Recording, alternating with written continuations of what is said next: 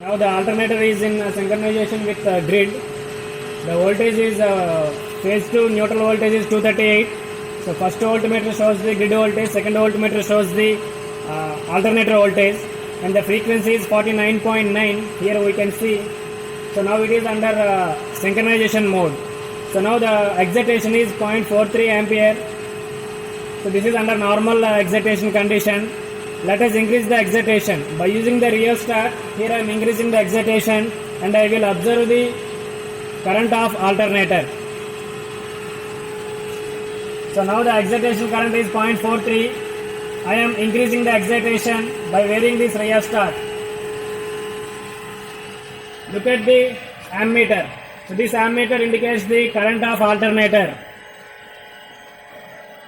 As I am increasing the field current, the load current increases. Here the rated current of alternator is 2 ampere. So let us go up to 1.5 ampere. Similarly, you can observe the power reading. Generally, when excitation increases, its voltage also will increase. But as we connect it to the grid will keeps the voltage at constant value. So ultimately the current will increase. Now under normal excitation current is 0.4 something, but now it is over excited 0.78 and respected load current is 1.42. Respected power meter is 1.22. So let us observe the readings. So here, so this is the voltage sinusoidal and the value you can observe here it is 240. Here the value is also 240 and the load current is 1.4 ampere. Here the load current is also 1.4 ampere. It is over excited. Let us check whether it is leading or lagging.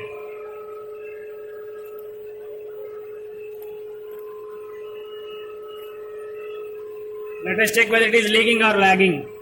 Consider this is the zero crossing point. So this is the zero crossing point of the voltage.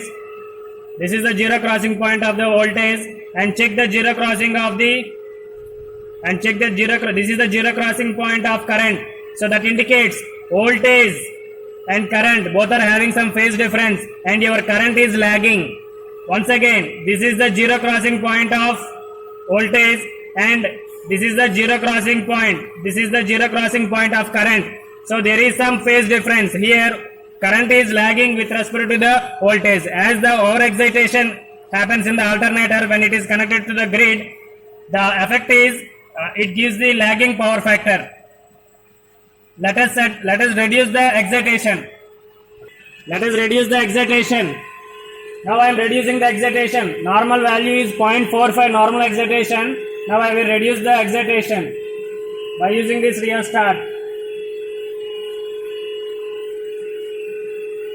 Let us fix the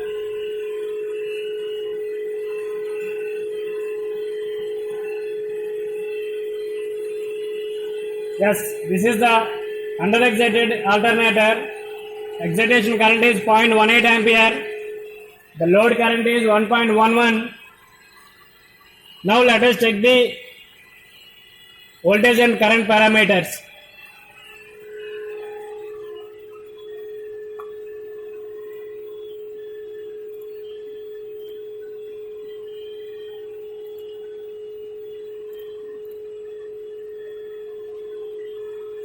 So here again check the zero crossing point. So this is the zero crossing point of voltage and the respected current. Zero crossing of current is here somewhere here. You can check here.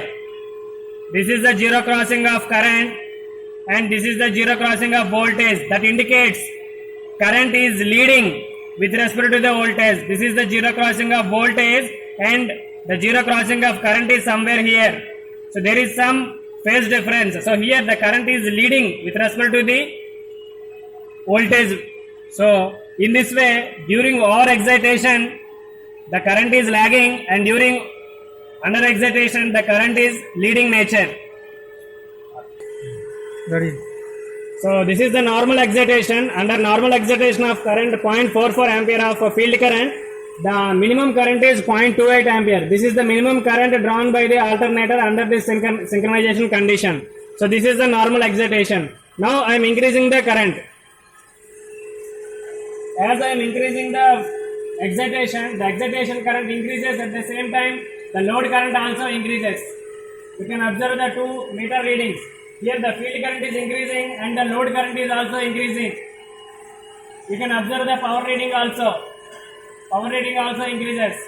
So that means under excitation condition, from normal excitation to over excitation, the current is increasing. So you can observe this curve. So this is the normal excitation condition. But as I am increasing the field current,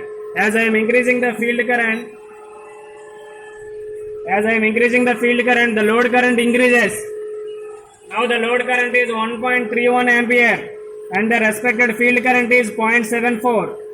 That means as the excitation increases, the current will increase.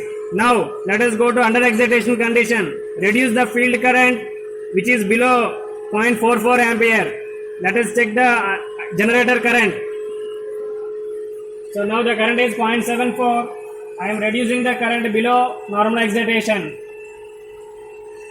So 0.44. See, this is 0.36, which is less than 0.44, and look at the meter reading.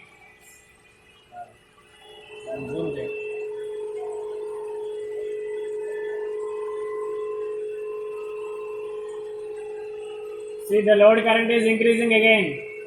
As it is increasing. As I am reducing the excitation, again the current increases. Excitation current is 0.18 ampere, but the load current is 1.3 ampere. So now the curve is in this manner. As the excitation decreases, now the excitation current is 0.18 ampere and the respective load current is 1.14 ampere. So in this way,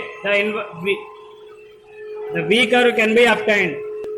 Similarly, by using the power meter, by the power factor also, the power factor will be like this.